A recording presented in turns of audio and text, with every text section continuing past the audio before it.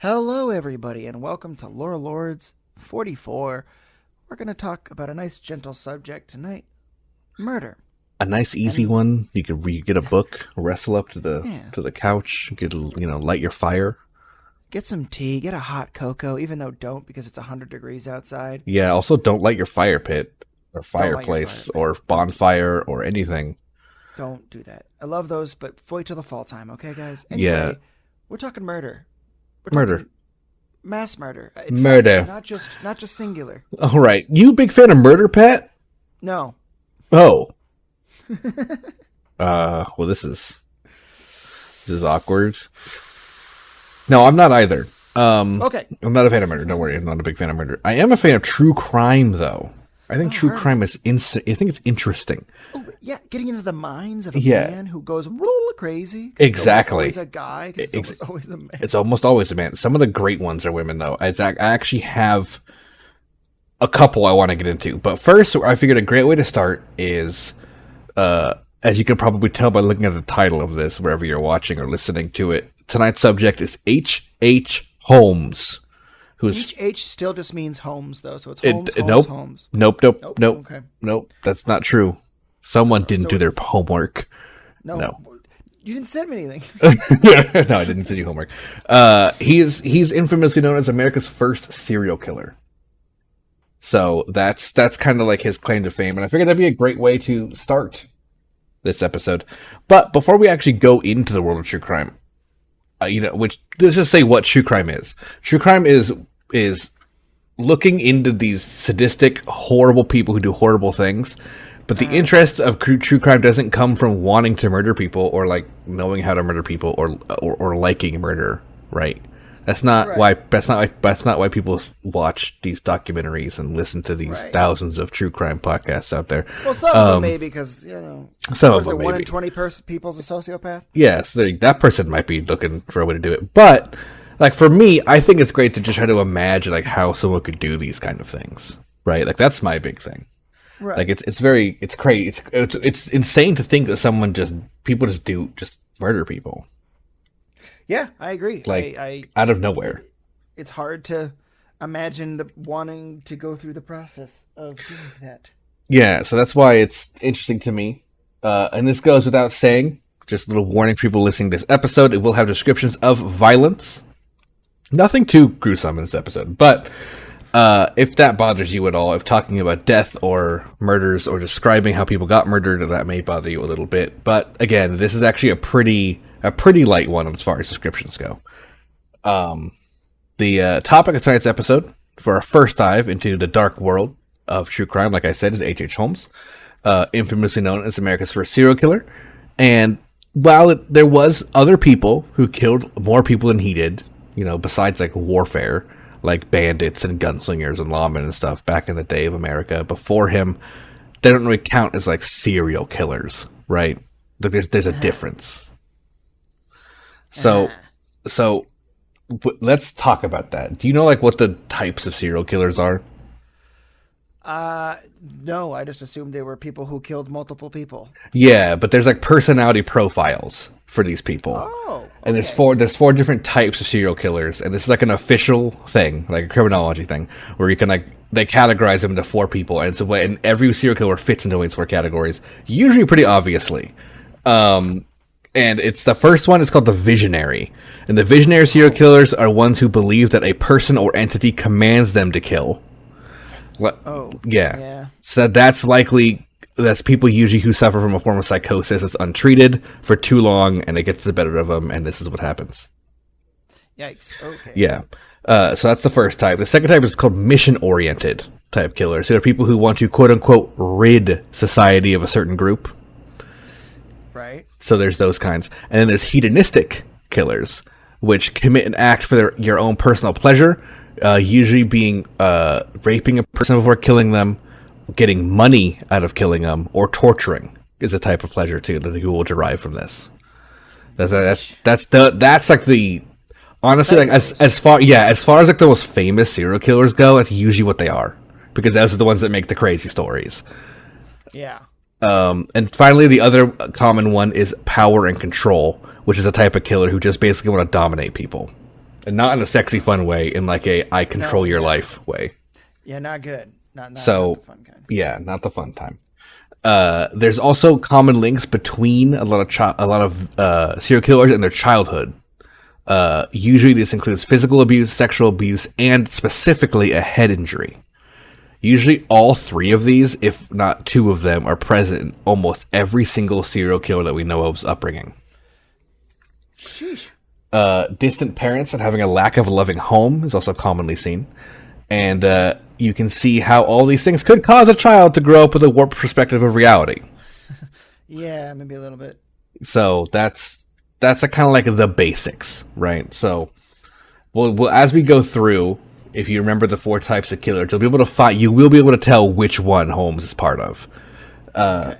He's different than a lot of very famous ones, and he has a lot of very famous things about him that we will discuss about whether they're true or not in this episode. Anything that I've probably heard that I maybe. So this episode was actually I'm doing this one because someone recommended it. I asked, I think you were streaming, and I asked people in chat, like, what do you want to hear? And 3 people, I think, answered H.H. Holmes. And one of them, when I said later, I'm doing H.H. Holmes research now, they're like, oh, I only know about them from American Horror Story. And I was like, okay. So, you know the fictional version, because there is a very fictional version of H.H. Holmes. And then there's the real story. The fictional one, way more exciting, I'll admit. The reality, he wasn't that kind of person.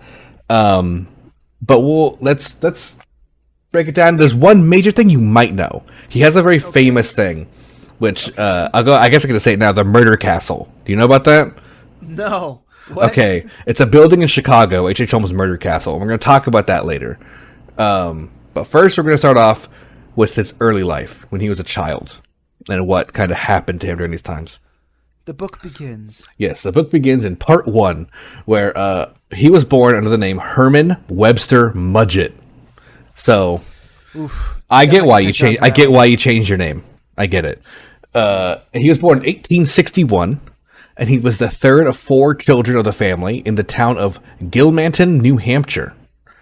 You ever been there? You're from the East Coast. No, right? But I've been to a lot of places in New Hampshire. Never been to, what is it, Gilmanton? Gilmanton, yeah. Yep. Gilmanton. Gilmanton. I'm gonna look it up because I'm curious, but I did look it up because there's a description of it back then is not how it is now, but I will describe the description of it back in the 1860s.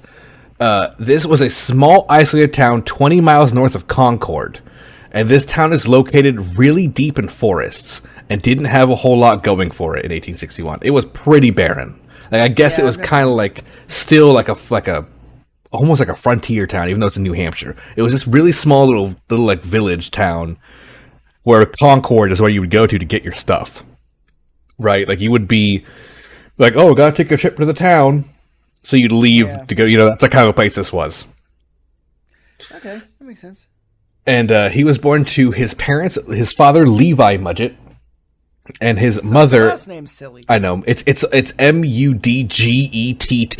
Mudgett. Like, it's a gross last name. Yeah, it's a gross last name. And his mother's name was Theodate Price. I don't know why they don't have the same last name. I looked it up. They just don't have the same last name in records. You don't have to take this. You don't have to take your partner's last name. You well, keep your own. You think they would because they were both devout Methodists, Oh. who descended from English immigrants. They were progressive. Yeah, they were. I guess. Oh, okay. They love. Let's just say this: they love the Bible. The real big part of that household was the Bible. Love the Bible. Got it. Yes, his mother was a school teacher, and his mother used the Bible and religion in a whole as a parenting guide. So, especially mix that up with the 1860s, that's pretty rough. And you can kind of see where this is going at that point. Kind of. Yeah. The mom was a very cold and distant woman who barely paid any mind to her children. What a surprise. Yeah, we don't know if Theodate was physically abusive. She probably was. I mean, the Bible kind of preaches that, so she probably beat her kids. She was, however, definitely emotionally abusive to the kids. Holmes in particular, because Holmes had a very loner-like personality. and she would commonly yell at him to stop doing things like that, like stop being alone, like go make friends, you idiot, like that kind of stuff. Go make friends, you dumb motherfucker. Yeah, that's brutal. That's mom, and he thought that was bad. Here comes dad, because Father Levi was a lot more abusive physically to him, and would constantly beat on Holmes. He was a raging alcoholic who would spend his time drinking and abusing Holmes for fun, and would spend what little money he had working in physical labor or trade on alcohol.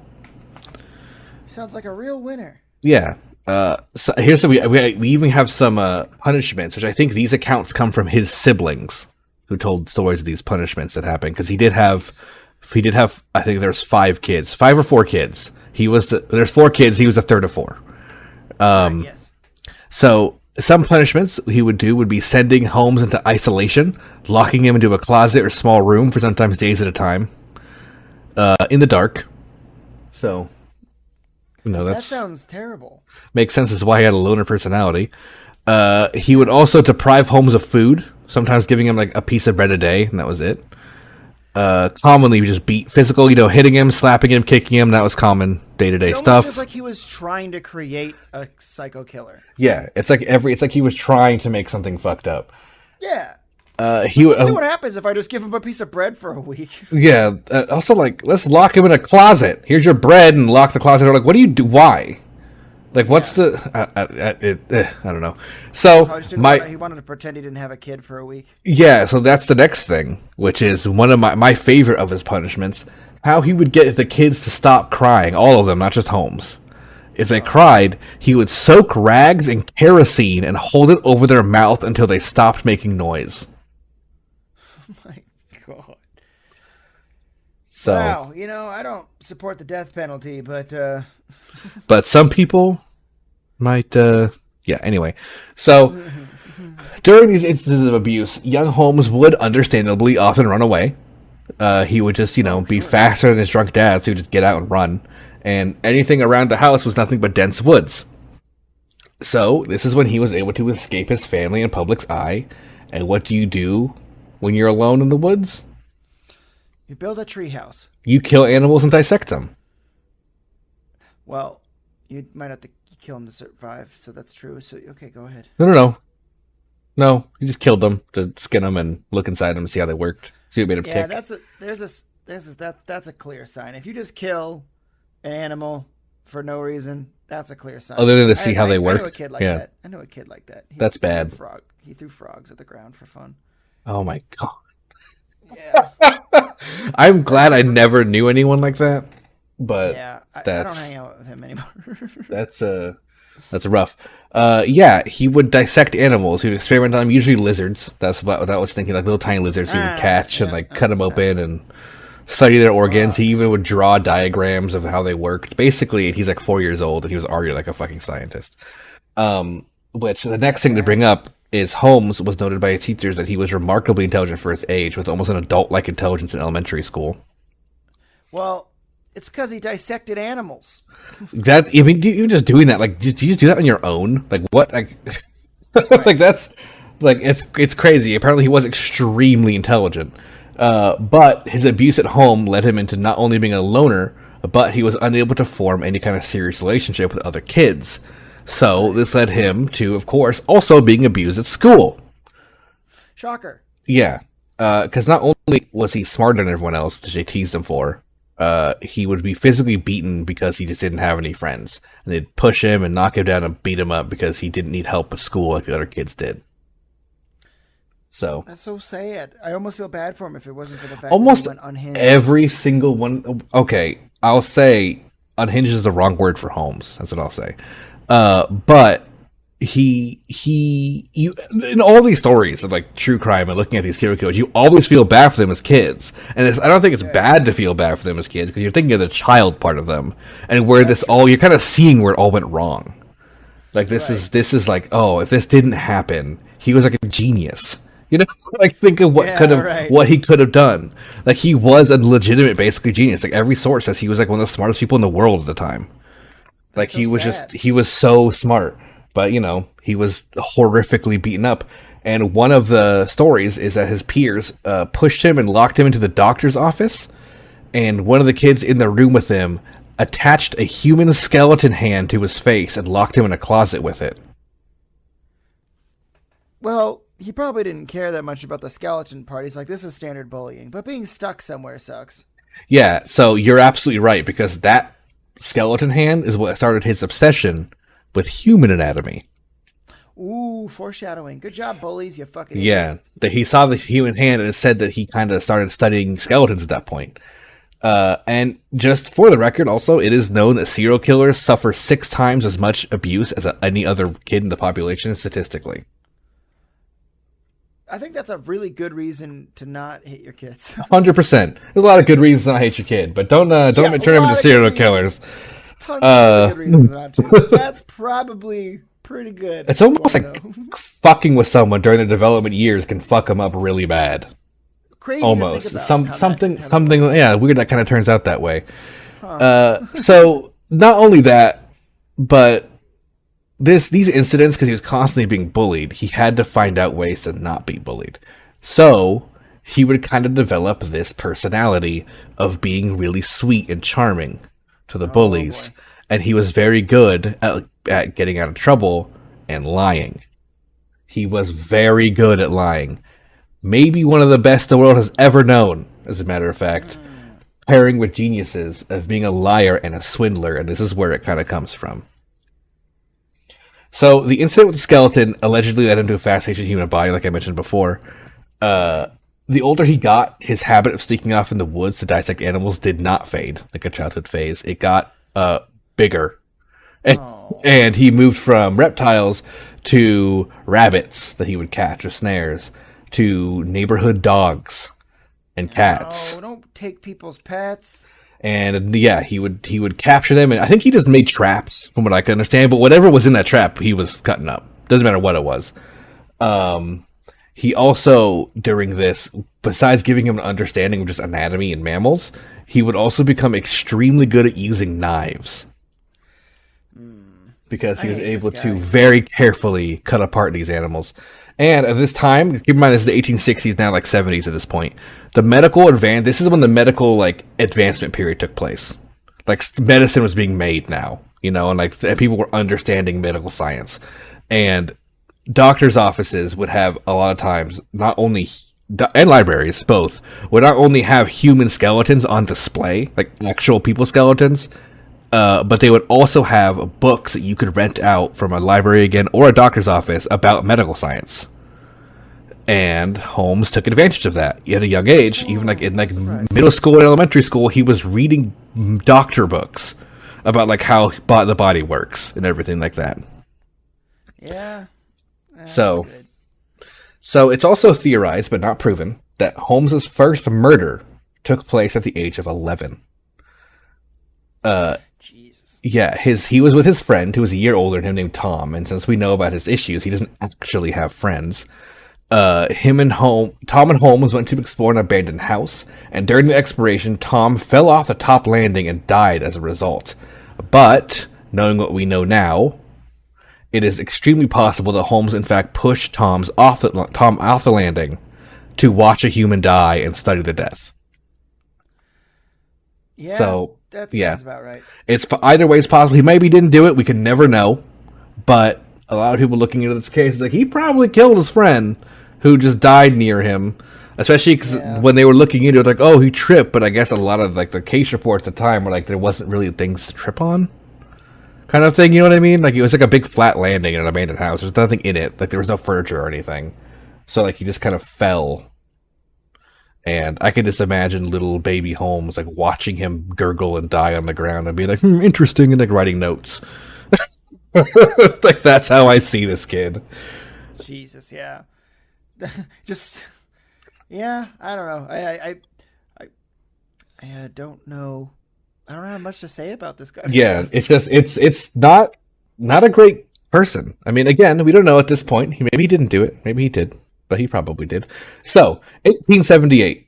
We're heading into the teenage years of Holmes, and surprising to a lot of people, he got married. In high school, yeah. That's a good way to cover up. This I do actually have a comment on. Like, one of the things that these types of people, like psychos and sociopaths, they do is they know patterns of normalcy, so they'll like do basic things that people should do to blend in. So it's like getting married. That's a normal thing to do, right? You know? Yeah, you're absolutely right. That is exactly what's happening. But there's also an ulterior motive. He's gonna murder his wife. Because his wife, Clara Levering, was of Alton, New Hampshire, was the daughter of a local farm tycoon who were very wealthy. And this was the sole reason of the marriage, because this was to be the first of many cons, especially what he specialized in, I should say, of swindling women. He would soon graduate from Superior Public School, which is a high school, but it just means high school, I guess. Okay. 1 year after their marriage. So I guess he got married as like a junior in high school. Once he had got out of high school, he would enroll at the University of Michigan Medical School in Ann Arbor, Michigan. And he would use her substantial money that he conned out of her to pay tuition. Yeah, I mean, you know, he's clearly on an agenda. He's got a mission. Yeah, and he would move to Michigan. I think Clara went with him to Michigan, I believe. At this point, Clara is living with him in Michigan with their son, She's Robert. Still brainwashed. She's still brainwashed. Yeah, they had a son. They had a son together, Robert, and they stayed as a family, and they moved to Michigan. And he was basically getting her dad to pay for his school because her dad was like really rich, and he just wanted to go to medical school, so he's doing that in Michigan. And you know, medical school costs a lot of money. Yeah. And when you're the son of a drunk dad and school teacher, you're not going to get a lot of money. So this was his way to get there. And when he was in Michigan, while still married to Clara, he would begin to repeat the same tactic, and in fact was married to 3 different women at the same time. None of these wives, however, knew of each other. They were completely unaware he was married. Of course. Yeah. It wasn't like some weird cult thing. Like he would just had 3 different wives, and he would tell each of them that he was married before but divorced, and come up with an elaborate, bulletproof story as to why. How would he split the time? I honestly don't know. I tried to figure out, I guess because he was also in school, so he was busy all the time. So maybe he could use that as an excuse, but I couldn't find a lot of info about this period of his life. Just there is accounts from these women though about kind of spending time with them and having apartments with him around Ann Arbor. One of them even had a house, I believe, with him. But what he would do is he would make each of these women make out life insurance policies in his name as a beneficiary. With each one of these mistresses, he had to have another story to these insurance companies as to why they were signing it over to him. And unfortunately for them, most of these women did fall for his schemes due to how charming and convincing he was, just in general. Right. And in medical school, Holmes began to experiment on cadavers at the school. And, that's normal, kind of. Cut things up and figure how they work on his own. He would dissect human cadavers and use them in his own research on the side. And he would take any chance he could to cut open bodies and look inside them, just like the animals in the woods as a kid. However, he didn't have an unlimited amount of corpses to play with because the school didn't have just corpses lying around everywhere. A corpse factory. Yeah, so they had to he had to be careful with it. So what he would do is he would begin robbing graves for cadavers and even break into morgues. So he must have been kind of built, right? Because I feel like you got to be kind of strong to be able to move all this stuff. Yeah, I mean, 1860s. You're probably working around. You work a lot with your hands and move around, so he's probably pretty normal. But he wouldn't just get these bodies to experiment on. No, he would make fake IDs and sell them to the hospital, or even use his own names and other people's names he knew to scam life insurance companies by naming himself the beneficiary of fictitious people like this, who he would then disfigure, usually using fire or acid to make their faces unrecognizable, and claim it was the person on the fake ID. Wow. And he would collect life insurance money from him. So that's what he did for yeah, work. Okay. That was his money. It's an honest living. Yeah. So he would do that, would get a lot of money that way and stuff. And Holmes was noted to be extremely charming and professional. He had a very unflinching demeanor, and all of this made his plans work without a hitch, because he would have extremely detailed plans for each scam and account for almost every possible outcome, and was never having to rely on improvisation. It pretty much always went according to plan. Man, my life never goes according to plan. Again, he's Why does murderers have fucking... well, he, like we were talking, he's a genius. Like he literally, he was so that we're not geniuses, and a lot of things in our life crumble around us. Anyway, so yeah, like you said, this would get him money to keep paying his tuition. And at one point, he got his biggest scam of yet. He sold a body with an life insurance thing, basically, for $12,500, which is a lot of money in the 1880s. Yes, that's true. So he was pretty much rich at that point, and he, at this time, broke all contact and abandoned his wife and son, Clara and Robert. The original ones. Others. Yeah, well, yeah, or probably more at this point, but probably he abandoned all of them. Like he was done with all this. Clara and Robert were the ones that he kept constant. Like he would make people sign off life insurance policies to him and kind of like leave them behind, or be like, "Oh, I have to go on an adventure," and like never contact them again, kind of thing. Like, oh, my one of the things I saw in the story is like he had a wife, I can't remember her name, but he claimed that his grandfather was hurt in India, and he had to go to India to be with him, so she never saw him again, kind of thing. Okay. But stayed like married. Like, oh, I'll be back one day. So they stayed married, so whenever they would die, eventually he would get life insurance payouts from him. Right. Wow, he was such a scumbag. Yeah. So after he broke contact with his wife and son, he would graduate medical school in 1884 and receive an MD, and would move away from Michigan and end up in Chicago, Illinois, where he would be staying for the foreseeable future, and he would change his name to Dr. Henry Howard Holmes, or H.H. Holmes. Hot Holmes. Hottie Holmes. He actually is kind of attractive. He would end up in Chicago, Illinois, like I said, and he used his doctorate as a perfect facade to obtain medical tools, resources, and knowledge needed for his very soon coming darker deeds.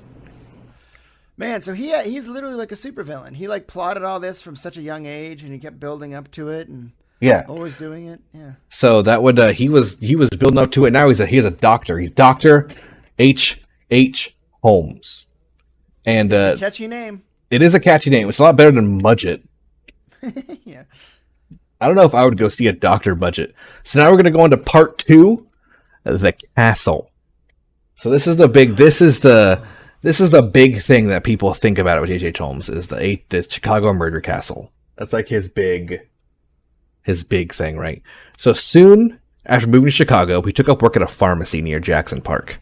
8 years later. Of course he did. That's such a good, convenient thing to take a job as. Yeah. Let me have drugs in my disposal. Also, as a doctor, that was like the job you got back then. Nowadays, you don't need to, of course, but to work at a pharmacy back then, you had to be a doctor. So that was like, so that's a high-paying job back then. So 8 years later, after he did this, when he moved to Chicago, it would become the 1893 World's Fair. So this location at the time that he moved there was already being worked on for the World's Fair coming in 1893, and the area it was known as the Columbian Exposition, which is like they basically just carved out. You can look up maps of it. They carved out like a section of the city. They already had buildings and stuff. Like this is what a fair is going to be, and the buildings would be able to like host special events if they wanted to, kind of thing. They could kind of be part of the fair, but there was also big fairgrounds in addition to that. It sounds fun. Yeah, the World's Fair is great. It sounds kind of weird they don't do it anymore. I guess we all hate each other, but whatever. Oh, that's true. We are kind of in a state of everybody hates everybody else right now. But so the Columbian Exposition was being designed by some of America's leading architects at the time and had exhibits in over 40 countries. The fairgrounds would cover 600 acres of Chicago and have over 200 buildings and see over 26 million visitors during its duration. So that's a lot. Just to throw that out there. But good job. Yeah. But before that, Holmes was working as a pharmacist at Elizabeth S. Holton's drugstore, located on the northwest corner of South Wallace Avenue and West 63rd Street in Inglewood neighborhood of Chicago. It is still there today. So if you want to Google search it, you could find it. Yeah, big fan of Inglewood, Chicago? Oh yeah, big fan. He proved himself to be a hardworking employee who was very good at his job, and he would become good friends with Elizabeth Holton's wife, Elizabeth Holton's husband, Dr. Holton, as he was a fellow Michigan alumni, so they came from the same school. And he was only a few years older than Holmes.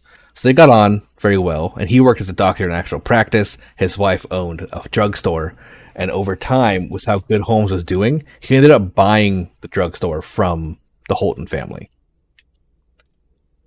So with the money he made from this, he would buy an empty lot across the street. And this is where he would begin the construction of Holmes's quote-unquote castle, or murder castle, if you Google it. All right. The construction began in 1887, and it would be a 2-story mixed-use building featuring a bottom floor for retail spaces and a second story for apartment living. And he would open up a new drugstore there as well pretty early on, selling his original. So he kind of moved all into that building. Okay. And the construction was mired with issues, as Holmes was extremely cheap on top of everything else, and tried to con and scam literally every single minor detail of everything he could in his entire life. Okay. And he refused to pay the contractors and architects of the building, stopping them from finishing it. That's key. He didn't let them finish the building, and said that he wouldn't pay them for 2 reasons. One, they didn't finish, even though he was the one preventing them from finishing.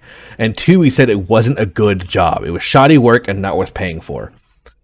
And there's even records in the courts today of Chicago of the company Aetna Iron and Steel suing H.H. Holmes for not paying them. But he never had to pay them. So I guess he won the case. Because he didn't pay them.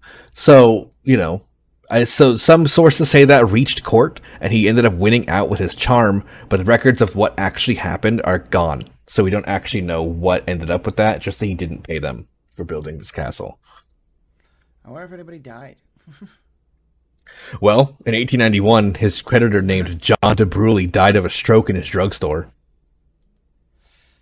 I mean, you can give drugs to cause stroke, correct? Yeah, 100% you could. We don't know why he died of a stroke. We don't know if there's anything suspicious about it. It just happened. But it did prompt investigators into the building of the construction, which kind of stopped it again from being finished.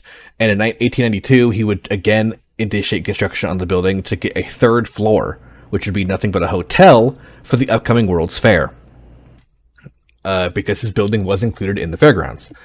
So the hotel portion of the 3rd floor was to be for, all these people, these millions of people coming, right? He could make a ton of money off of hotel space. Jesus Christ. You just kill guests as he wants. Well, this part of the building was never finished. It was partially built, and it looked done from the outside, but inside the walls were not complete. But it did have 3 floors. The World's Fair kicked off around the same time construction was finished around the building, even though the inside wasn't fully done, the outside was done. And the World's Fair would host many nations of people, like I said before, and some of the greatest inventions of the age were shown there, which was America's first gasoline-powered automobile. Wow. The fluorescent light bulb. Whoa, wow. The first ever Ferris wheel. Same year. Yeah, and also the same year, the first dishwasher. Oh. So, yeah.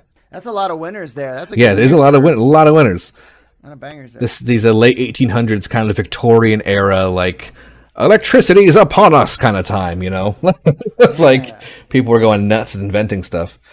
What the city didn't know is that this new hotel, Pat, my young Patrick, was not a hotel at all. It was, in fact, what we know now as H.H. Holmes' murder castle. Yay!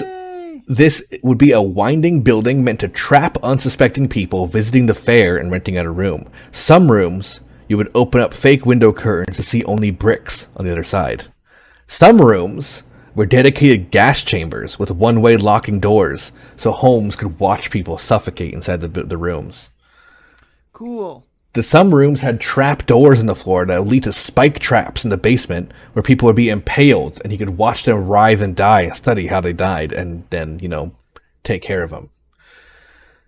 And some rooms would even seal so tight with airlock doors that the people would run out of air so we could watch them. All these for Holmes to experiment on before shoving them down the third-story chute into the basement to burn in his built-in crematorium.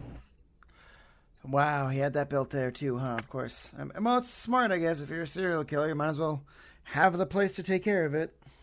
So, unfortunately, as nice of a story as this makes and what everyone believes is true, none of that's real. Oh, really? That's the fake part? That's all fake. That never happened. It was not a murder castle. It was just a hotel. Womp, womp. That's what everyone, that's like the blown, everyone thinks, oh, he has this crazy, winding story stuff. The building had none of those, save for the third story chute did exist, but it was just a laundry chute, which every building had at the time. You're right. The stories of the murder castle are simply rumors from what's born out of today. I don't know if you know this term. It's called yellow journalism. It basically doesn't exist anymore. Right. It's started in the 1890s, where people would just make extreme exaggerations out of basic things because no one could fact check you. So people would just say stuff, literally fake news. Anyway, the fact of the matter was that it was simply an unfinished hotel that didn't have multiple tenants. That did have multiple tenants staying there in the apartment section. Maybe some people in the hotel section, but they were apartments, not hotels this time. He did, however, have multiple hidden rooms. But according to staff at the time, all they were used for was storing furniture that Holmes credited out and never intended to pay for. So they had fake doors, usually being bookcases. Because again, he was the cheapest person on the fucking planet. And he would just hoard credited furniture and then claim when they asked for the builder that he never got them delivered. And then they would explore the building, couldn't find anything because they were secret rooms. It's a pretty decent scam. Yeah. So he's like, oh, I never got that desk I credited out. And so then they would end up paying him back his credit payment. Wow. Yeah. Good old Holmes. Credit fraud. Yeah. Fraud everywhere. That's what he is more than a murderer. He's a fraud. He's insurance fraud man. He claimed, oh, sorry. He also bought there was no crematorium in the basement. That did not exist. But what he did buy was a separate one-story factory a few doors down. Is that where he murdered people? This was an industrial building with an industrial furnace, and it had private property laws, so that you couldn't even go near it. You know what I mean? Like after a certain hour. So he could get 100%. So he claimed this was the reason of buying it was for a future glass blowing endeavor. Look, I'm really into art now. I'm really finding myself. Yeah, I think I'm gonna stop all this fraud. It's just knowing him and what's still coming. It's just like, and what his childhood is like. He doesn't want to blow glass. Like, what the fuck? Like, it's such a stupid thing that people can be like, okay, sure, sell blown glass. Spoiler: he never sold blown glass in his entire life. Yeah. So what it likely was for was to use the industrial furnace to burn evidence. Holmes, however, despite all that fake murder castle story, he was a murderer. And he would start this dark path in the building known as the castle, though it just was not quite as horrific as the stories go. The truth of the matter that was it not a murder castle, but he did not lure random people inside. Like, it was like, oh, he would trap fair visitors. All 9 of his confirmed victims were people he knew to him that were close to him. Oh. So he did not find random people and murder them. You got close to Holmes, you were in danger. That was the truth of the matter. That sucks. Yeah. That makes me not trust any of you. Don't trust any of us who are murderers. So, don't worry, I wasn't beaten as a kid or hit in the head. Part 3. The murders. We're going to get into it now. Okay. Oh boy, everybody. It's time to talk about the stuff that makes me sad that we exist. Yeah. Let's be a sad boy here, learning about what Holmes actually did. And here we're going to go into his first murder, which was one of his mistresses, a woman named Julia Smith. Or it's Smythe. I think it's just pronounced Smith, not Smythe. But she was the wife of a man named Ned Connor, who had moved into Holmes's building to work at his pharmacy's jewelry counter. Soon, however, Holmes would have an affair with his wife Julia while he was working just downstairs, and Connor didn't take long to find this out, and ended up just storming out, leaving Smith and her 9-year-old daughter Pearl from a previous marriage behind. Smith would gain custody of the daughter with no issues, and he would divorce she would divorce Connor and maintain her relationship with Holmes. However, Poor woman. as of Christmas Eve of 1891, Julia Smith and her daughter Pearl went missing and would never be seen again. Oh. Do we know anything about it? Yes, we do. We know that these are likely his first kills. Technically, we don't know about that kid when he was 11, but excluding that, these are his first kills. Though, according to his confession, it didn't go as like a planned out murder. What actually happened was Julia's death was not intentional, and she had gotten pregnant with his child, but since neither of them wanted a baby at the time, he attempted to perform an abortion. Oh. This kind of crazy. So this practice, basically unheard of in this age. That's not a thing. You don't even say that word. Like, I know we're going through a lot of stuff about that now in real life, but think about that, but back then being 10 times worse. And despite being a doctor, knowing this procedure only in rumors for medical school, because again, you can't talk about it, he botched the procedure and she bled to death. Oh, shit. So, due to this being heavy taboo, and not to mention her fucking dying, he had to he figured the only other option, the only thing to do now was to silence her daughter, her 9-year-old daughter Pearl. So he poisoned her at dinner. Oh, thank God. And buried her in the building's foundation. Jesus Christ. Later investigations would find a partial skeleton of a child around that age to be discovered in the foundation, so it's likely to be Pearl. Damn. Yeah. So they did find Pearl again, I guess. Yes, Pearl was found again. Julia's body was never recovered. It probably was put in the furnace. Anything put in that furnace would never be seen again. An industrial furnace will make there's not going to be bone pieces or teeth pieces. No, you're gone. You're just dust. Yeah. So, next we had a woman named Emmeline Segrande, who began working in the building as of May 1892 and would disappear that December. Rumors state that she also was pregnant from Holmes. And while he did not confess to how she died, it is likely again another botched abortion. And this time she was seen publicly pregnant, so it's likely it was far too late to do an abortion. So she could have died that way. Or not wanting a kid, he could have just killed her. We don't know. So this seems likely. This is from here on out, he pretty much stopped caring about killing and human death. Like before now, he kind of seemed to be, sociopathic, psychopathic, but he didn't outwardly kill people. But it seems like at this point on, he's been around it so much he doesn't care anymore. Yeah. It's nothing to him. It's like, I'd rather not have a kid. I guess I'll just kill the woman. Exactly. Jesus. Yeah. So there would be another young girl named Emily Van Tassel who worked for Holmes in the building who would once again vanish without a trace. And around the same time as the disappearances of Emmeline, she would vanish. So the first woman, they kind of disappeared at the same time. And there is no evidence of either of them being killed by Holmes, but they did both work with him. They were both close to him. And the other girl, Emily Van Tassel, was rumored to possibly be a girlfriend of his. And they were never seen again. No evidence, nothing. Why would a woman ever trust a guy after hearing stories like this? Well, you wouldn't hear these. Yeah. You wouldn't hear these stories. So, especially back then, you don't hear these stories existing. So after this is a big part where Holmes would meet a man named Benjamin Pitzel. Pitzel was a carpenter with a wife and kids, but a criminal past.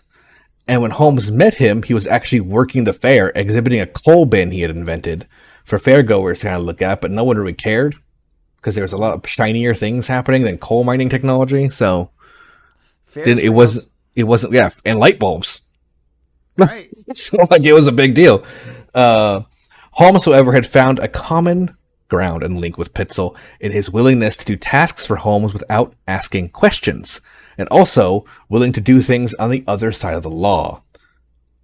Holmes would end up using Pitzel as his right-hand man for several schemes, though most of which were more insurance fraud than anything too violent. A district attorney would later describe Pitzel as, quote, Holmes' tool, his creature, end quote.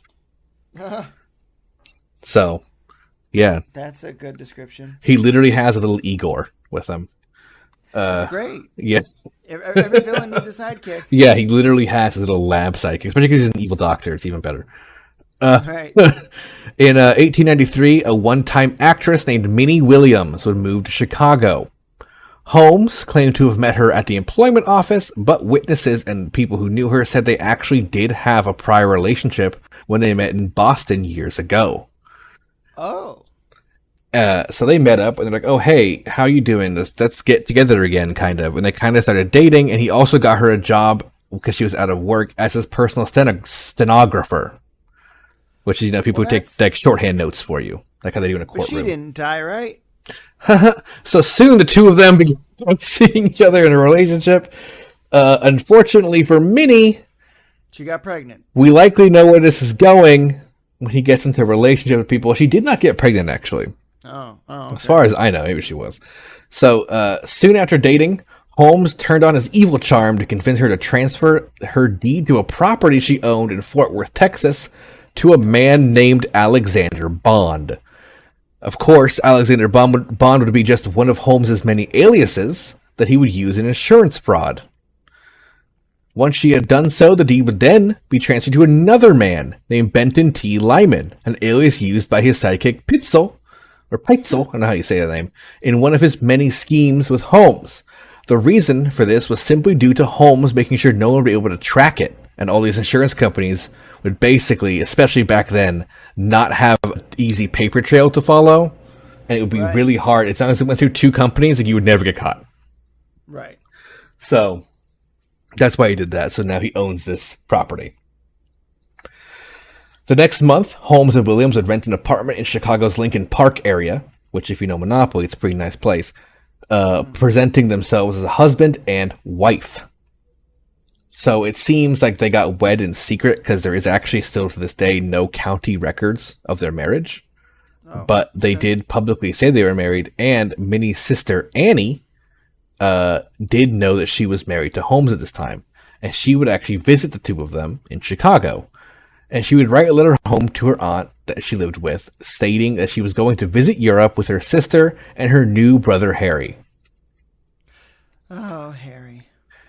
This would be the last time Annie or Minnie were ever seen or heard from. After July 5th, 1893. There are so many stories that would happen to them that we don't know which is true. Holmes, as I mentioned before, had confessions. Holmes is also one of the greatest liars ever. Right. So things are hard to trust from him.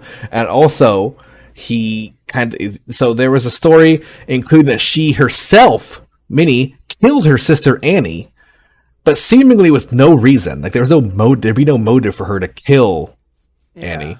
And there's also a story that Minnie was alive the whole time and even lived for years later in secret under a different name, even though no one ever saw him with a woman.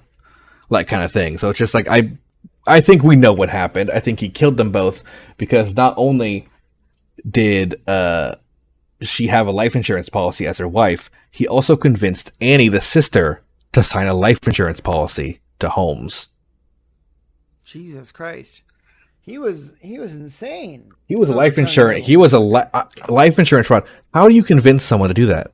I would never sign my life insurance policy over to my brother's wife.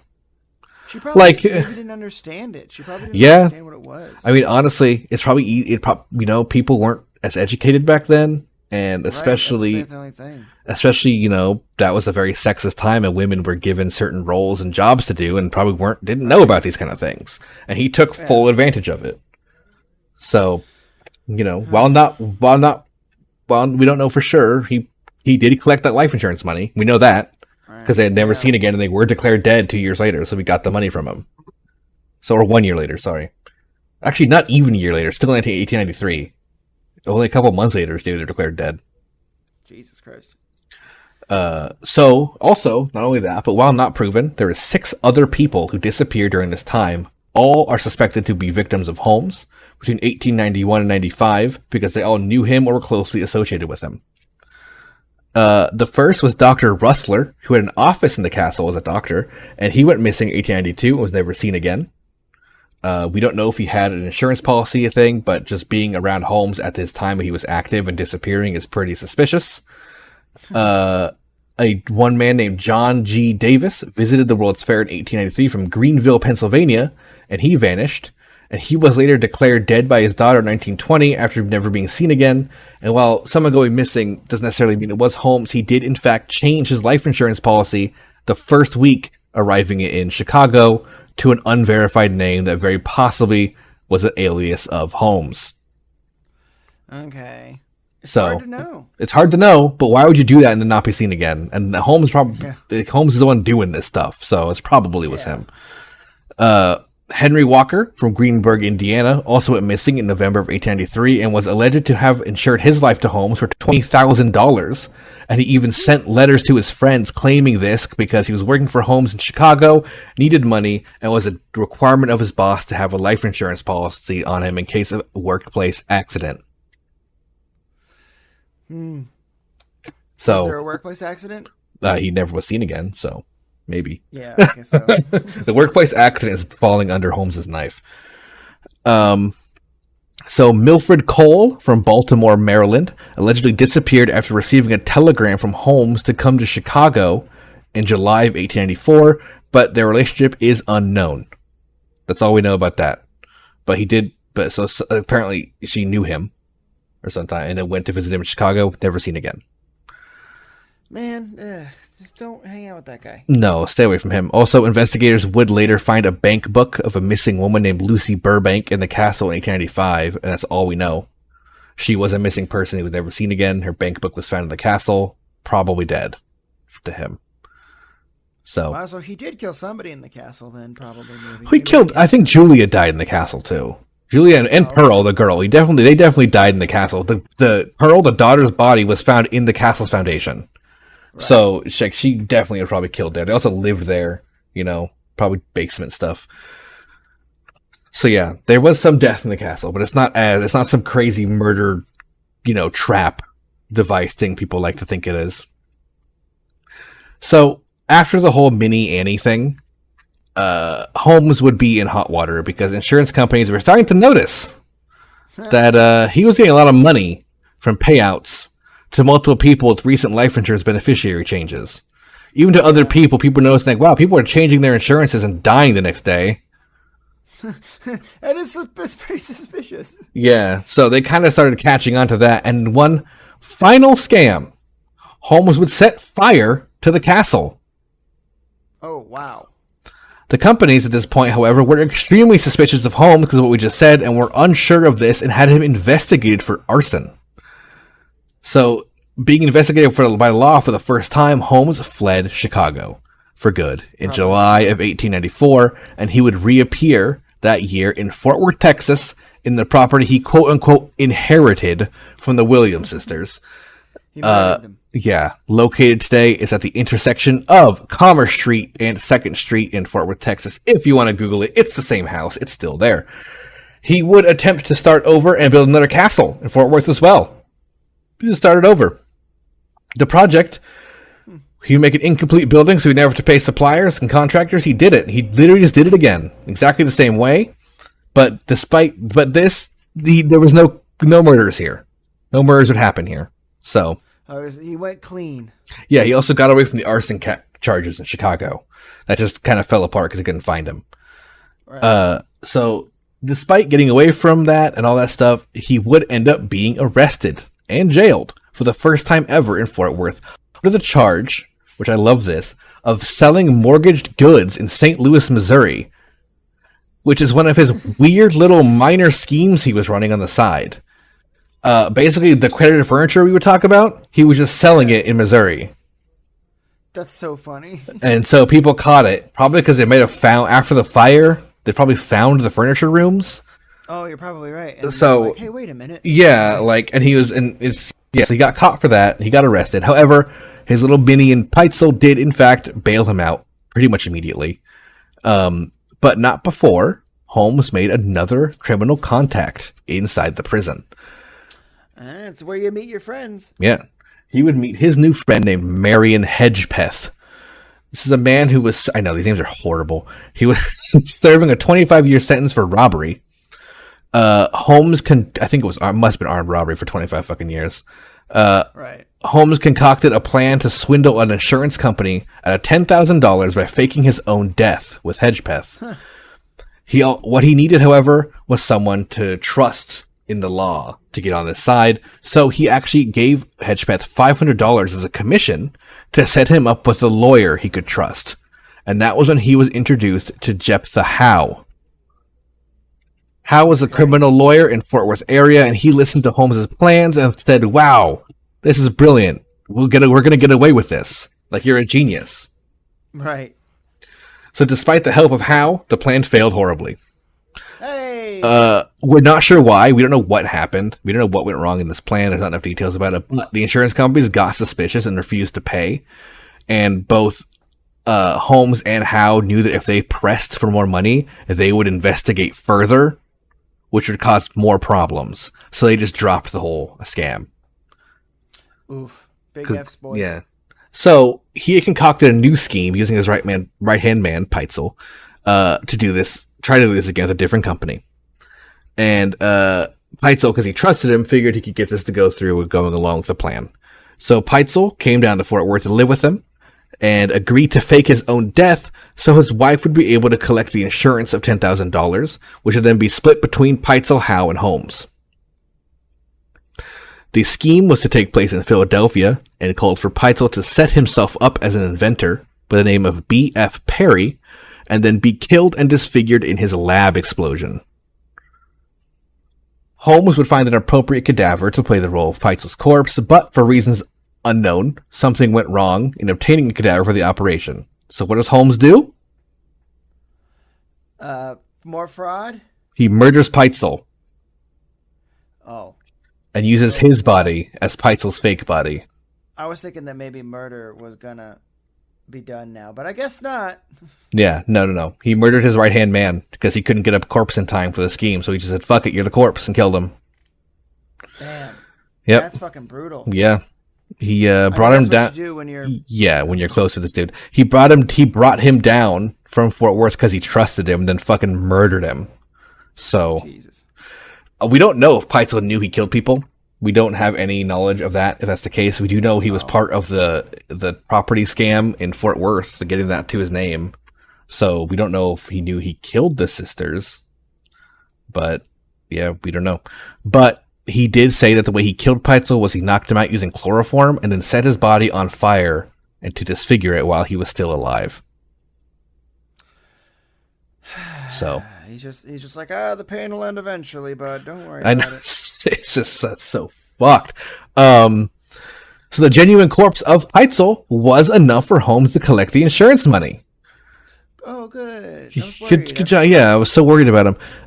So he then had to hit a big problem because the money, as we discussed earlier, was going to Peitzel's wife. Uh-oh, and not Holmes? Damn. Yeah, so now he had to figure out how he was going to get this money. So what he did was he managed to talk to Peitzel's wife and convinced her to give him custody of 3 of her 5 children. What the fuck? I would love to know, Pat. What the fuck that was? What was that conversation? Why did she let this happen? Because she did. Soon enough, the wife sent over 2 daughters, Alice and Nellie, and a son, Howard, to be in Holmes' custody. What the fuck? So the reason... Insanity. Yeah, it's insane. I don't know why a mother would ever agree to do this, especially when she's like, oh, your husband's missing, or not here, like we're doing something, and you're alone, you're sitting through... Like, why? I mean, maybe it's like, hey, since your husband's gone, you might need someone to help. Let me help raise your kids for you, kind of thing. Yeah, but he wasn't even like saying where Peitzel was at the time. Just that he had like lay low kind of thing. So it's just like I mean, you might be right though. That could be why how he got to convinced her. That's like the only thing I could possibly imagine. They had 5 kids, so 3 of them were sent to Holmes. So the eldest daughter and the baby stayed with Mrs. Peitzel, but this obviously gave a bunch of power over her for Holmes, having 3 of her kids. So, they were sent to Holmes's care, and we're not sure what convinced them to do this, like I said, but the power was there, and Holmes and the 3 kids would travel through the northern U.S. into Canada. And he also had Mrs. Peitzel escorted along a parallel route. Using all his various aliases and lying to Miss Peitzel, every way along the way. Saying that stuff like, her husband was in hot water and he was hiding out in London. That was what his excuse was. London, okay. So he was like, he's living in London, which is why he can't, come to the phone right now. If we can't give you a phone number because he's laying low. Like that kind of stuff. Right. So he was able to kind of just keep lying to her on that way. And he was also moving her up north to Canada. But that's not even the best part. During this whole time, he also was staying with another wife. Oh my God. How many times was he married? I should have kept track. Dude, how many times was he actually married? I don't know. I don't know how many times he was fully married. But he was married again at some point and got to, during this time, I think when he was in Texas. And he was going from Texas, or I guess Philadelphia to Canada, through the United States, going with these kids, going back at certain points, keeping them at a hotel, escorting the wife, Mrs. Peitzel, through the same area, but not keeping them together, and going and visiting his wife. Busy man. Yeah, don't know how he kept up with it, but busy man did it. And during the whole event, he was staying with his wife, who had no idea any of this was happening. So there's that as well. She was completely in the dark. She wasn't an accomplice or anything. I'm sure she had a life insurance policy signed out. She was another one of his victims. Yeah, no, he seems to just be kind of the lone wolf, taking advantage of people. And then he literally he had his non-lone wolf and then killed it. Yeah, he was with a guy for a couple years, and he's like, no. I need to use your dead body. Hold on a second, sir. Yeah, for $10,000. There you go. Holmes would end up renting a house at 16th St. Vincent Street in Toronto, Canada, where he would end up placing Alice and Nellie into a large trunk with a hole in the top, and would connect this hole to a pipe leading to the Holmes gas line, killing the girls via asphyxiation. Jesus fucking Christ. Holmes he wasn't going to take care of the children. I think it's exactly what happened. He just couldn't take care of his kids, so he killed them. And Holmes buried their bodies in the cellar of the rental house. The address no longer exists today, so you can't look that place up. The whole street's been changed. Holmes would then visit Indianapolis and rent a cottage. So he'd go back to America, rented a cottage in Indianapolis, and he visited a local pharmacy and purchased a lot of drugs using his medical license, which he then used to kill the son, Howard Peitzel. And he would then visit a repair shop to sharpen his knives, to chop up the body, and burn it in the Holmes chimney. God damn, dude. Fucking Christ. This would be the last time Holmes would kill, thankfully ending his killing spree. Because now we're at part 4, the end of H.H. Holmes. Oh boy, thank God. Thank God he's done now. Yeah, he's done with his kills because a Philadelphia detective named Frank Geyer, Geyer, Geyer, yes, Geyer, who was assigned to investigate Holmes and find the 3 missing children because Mrs. Peitzel reported this to the police because she finally realized this is really fucked.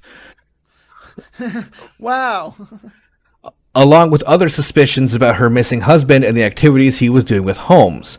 He would end up going to Toronto to the rental house of Holmes and find the decomposing bodies of the 2 children buried in the earth in the cellar. He even wrote in his log, "The deeper we dug, the more horrible the odor became, and when we reached the depth of 3 feet, we discovered the forearm of a human being." End quote. Yay. He would then be led to Indianapolis, just where Holmes went due to the clues, doing his detective stuff, and he visited Holmes's rented cottage because he rented it under his normal name. So, sure enough, investigating the house, they would not find Holmes, he was gone, but they did see the chimney, which was recently used, where they found bits of bones and teeth matching Howard Peitzel. Oh, well, great. Holmes, however, would not be caught by Detective Geyer, but instead he was caught by the independent Pinkerton National Detective Agency in Boston, Pat. Oh, good job, Good- my fellow Celtics. Good job, Union Busters. On November 17th of 1894, he was caught by the Pinkertons. But he wasn't caught for murder, Pat. He was arrested for horse theft in Texas. What the fuck? Yeah, so he had an outstanding warrant for horse theft in Texas, but the reason why the Pinkertons jumped on him when they thought they had him is because the detective, Geyer, had put out word that he's likely fleeing the country, which is why he was moving east. So, they held him on the charge of the outstanding warrant for horse theft, and this would be enough because soon they met up with Detective Geyer, who had made all these discoveries along the way of Alice and Nellie Peitzel, and he was now being held under suspicion of murder. Oh, well, it's about time that one dropped on the other foot.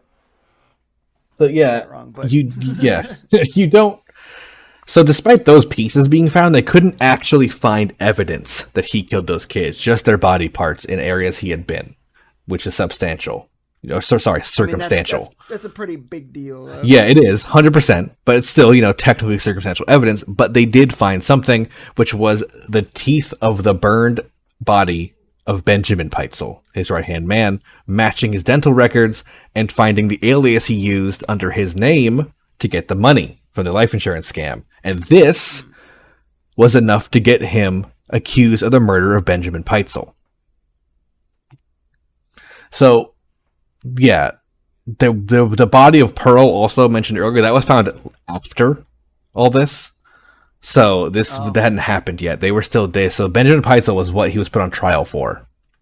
So did they just start to investigate all of the people? Yeah, they started to investigate the murder castle, all the places he'd been, the arson charges, everything, and started finding body parts and the kids' body parts and all these missing people and all these life insurance stuff. So the media was having a feeding frenzy off of this case, and this is where the murder castle story started. So he was put on trial in October of 1895 for the murder of Benjamin Peitzel. He was found guilty and sentenced to death. Well, that's about right. Yeah. So by then, it was also evident to everyone, including the judge, that he had killed the 3 missing children, even though he couldn't legally be claimed for that. The judge did mention, you killed those kids. We know you did it. Yeah. So. Yeah. And he was just like, you'll never know. Oh, did I? That's what villains sound like, every single one of them. Dude, if you look up a picture of H.H. Holmes, he's got the hat, he's got the curly mustache. He's in it. He's in it. Yeah. Holmes would end up famously confessing to 27 murders in Chicago, Indianapolis, and Toronto. This is a very well-known confession, but I'm going to debunk it right now, because he was paid $7,500 to say this by Hearst newspapers. So, not true, probably. And then also adding on to the not true is, of the 27 names he mentioned, 5 of them were still alive at the time. Oh, they were just people he hadn't gotten to yet. Yeah, basically, or people he knew around him. So this is enough, in my opinion, to get that whole 27, murders thing. I think it's all bullshit. Right. And also, he's a great, infamously good liar, so people believe the story he told. But this is he did definitely kill other people, especially the people we mentioned earlier, the 6 that we didn't have full evidence for. And this is further backed up because he did actually write independent confessions for each person in prison, which added up to a lot of factual things as well. That's how we know about Julia and the abortion and stuff like that. He did write independent confessions and send them out to the police. I did this here and there. This is where you'll find this kind of thing. So, he did start to confess, but he didn't have enough time to go over everything, because even at the time of his execution, he was still writing confessions. So we don't know all of them. And just due to the large amount of people missing around him, especially with the life insurance policies and stuff, it's likely they were just killed by Holmes, and he never made the confession, had the time to confess to him. Yeah, he was making his way, but they killed him a little too quick. Yeah. So on May 7th, 1896, Holmes was hanged at Moyamensing Prison, also known as the Philadelphia County Prison, for the murder of Benjamin Peitzel. Holmes was said to have remained calm and amiable up to the moment of his death, showing no signs of fear, anxiety, or depression. He asked for his coffin to be contained in cement and buried 10 feet deep due to concerns of grave robbery. Well, he did it once. Exactly, many times. So that's why that concern comes from. He's like, listen, take it from a grave robber. You got to get your casket covered in cement. Like, it's I don't want nobody touching nothing. It's so obvious, like, why he said that. Just like you said, it's just like, you would only request that if you had grave robbery on the mind because you were a fucking grave robber. Yeah, it's like, you sick bastard. Yeah. He probably honestly named some of those other people that were still alive because he didn't know whether or not he killed them. He forgot because it didn't matter to him. Or he had my thought is they could have been people who he scammed life insurance out of, and he may have tried to poison them or something like that and wasn't sure if they were still alive, or like, you know, stuff like that. Kind of like you said, like, he kind of forgot, or like didn't, or just people he knew, people he hadn't got to yet, kind of thing. You know what I mean? Right. Those are definitely people that were like nameless faces to him. Yeah. At that point, you know. So another fun fact about his death is his neck didn't break at the gallows. And he instead suffocated after the trap was sprung and not declared dead until after twitching 15 minutes later. Well, I'm not really a death penalty supporter, but it serves you right. I mean, yeah, he's a pretty twisted dude. Right.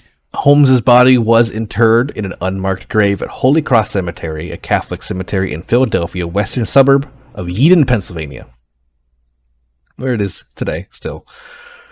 The castle, however, got set on fire again. Likely by Holmes. It's likely in prison he hired people to set the building on fire. But firefighters quickly put it out so that most of the damage done, again, was just to the interior and a little bit of charring on the outside. New York Times clipping stated that the two men were seen at the back of the building around 8 and 9 p.m. And then suddenly 2 explosions were heard and half a gas can was found by the back steps. No one was ever arrested for that crime. Oh, well. It took place. Back then. Yeah, it took place in 1895, so Holmes was still alive, and it's possible he hired someone to destroy evidence left in the castle, or something he didn't want people to know about. The castle would be repaired and made into a U.S. post office, which would be open until 1938, where it would be demolished and rebuilt as a modern post office in use today. Well, that's what I always agree with. When something has a dark history, get rid of the thing and build something useful on top of it. It's not a bad idea. On a little more post wrap up on New Year's Eve of 1909, Hedgepeth, the guy he met in prison. Yeah, that's right. His criminal cohort from jail time in Texas. Yeah, he was shot and killed holding up a saloon in Chicago by a police officer named Edward Jaburek. He got out of his 25-year sentence because he informed on Holmes to the police about the scheme with Benjamin. Oh, wow. So Holmes kind of did him a favor until he was like, I got no other life. I'm a wrong. Keep in mind, it's 1890s. It's still Wild West era. Especially Chicago's like that middle island of in between Wild West and not Wild West.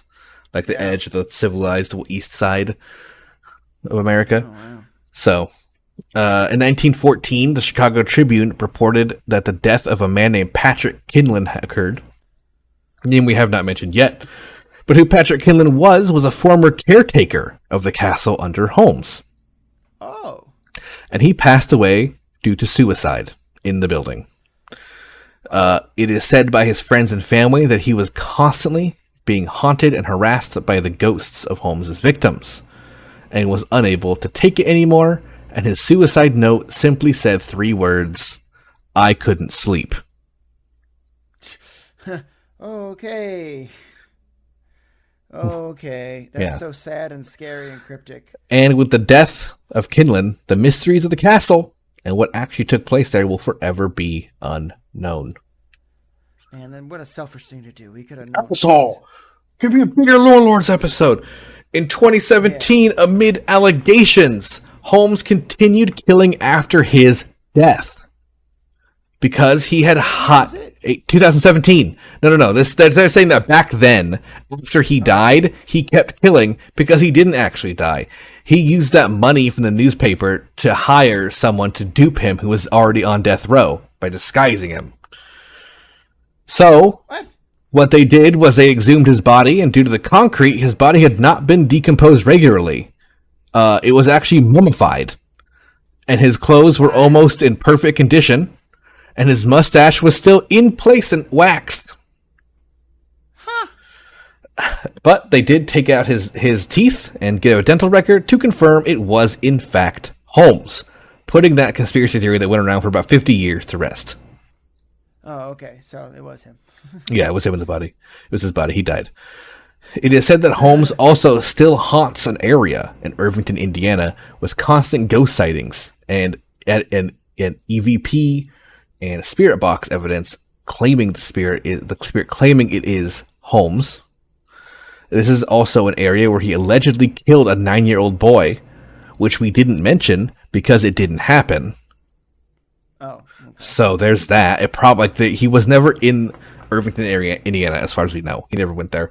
Also, it's just like there's these stories in that town that Holmes stalked around and killed a boy here, but there's no real evidence of that happening, and we know that his story was blown out of proportion. And the moral of the story is don't hit your kids.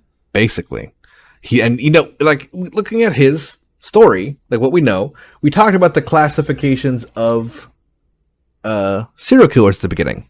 So right. He's the third type, the hedonistic killer, because he wanted money. Right. He killed for money. That was what it was. Not like a hitman, but for fraud. Right. So that was his goal. He just wanted to be rich, so he killed people. So why would he kill a 9-year-old boy? Right. He wasn't he wasn't a sexual predator. He wasn't a psychopathic, kill anyone in sight. He wasn't he didn't stalk children. So it doesn't add up that he would even do this. He just killed people for dollars. That's all it was. Big payouts too, not robbing them. He was in the thousands area. So it likely just didn't happen. There's a Ghost Adventures episode on it. I watched it, and I watched it again doing this episode, and I'm just man, this is all fucking... In that episode, the host is he had a murder castle with twisting. I'm you fucking idiot. Google this shit. Look it up. He didn't do that. It was just he might know too, and just be doing the same thing. 100%. Yeah, 100%. But it's just the fact that people still believe this and keep this story going when it's just not true. Holmes did not have a murder castle. You're right. It's better Hollywood. It is better Hollywood. Yeah. But yeah, that's the end of Holmes. That's the end of his episode. I'm never gonna play video games with Holmes ever again. Yeah. So never do that. If you're in our community named Holmes, you're now a target. So I'm joking. Yeah, that was our first true crime episode. How do you feel after that? Do you feel hope for humanity? No, I usually don't like stories like this. I'm not a true crime guy because I get really depressed about stuff like this. But for Lore Lords, I'll listen. No, it's your favorite topic. You told me beforehand. Yeah, I love murders. That was Holmes, serial killer, the first in America, maybe, kind of. We'll get more, I'm sure. Well, now you could. There's a lot of mass. I like doing episodes like this, but one of the reasons why I like Holmes is because he takes place a little longer ago. It's the 1800s, and it's not as well known. I like doing ones that if I do more true crime episodes like this, it's going to be not known people. It's not going to be. I'm not going to do Ted Bundy or Ed Gein. We all know those people. Just go look somewhere else for that. So I'm gonna do the little ones, little bits of history that we all forget about. Yeah, I never heard of H.H. Holmes before this, so I remember when you brought him up the other day, I actually thought you were genuinely talking about our friend. And then I was and then you were no, do not make that comparison. And I was oh, why? And now I know why. And whoops. Yeah. So, that was it. I hope everyone enjoyed listening to this one. I hope, if you do, let us know so I'll make more of this kind of stuff. If not, I won't. Absolutely. All right. Thank you very much for listening, everybody. And time for the post show.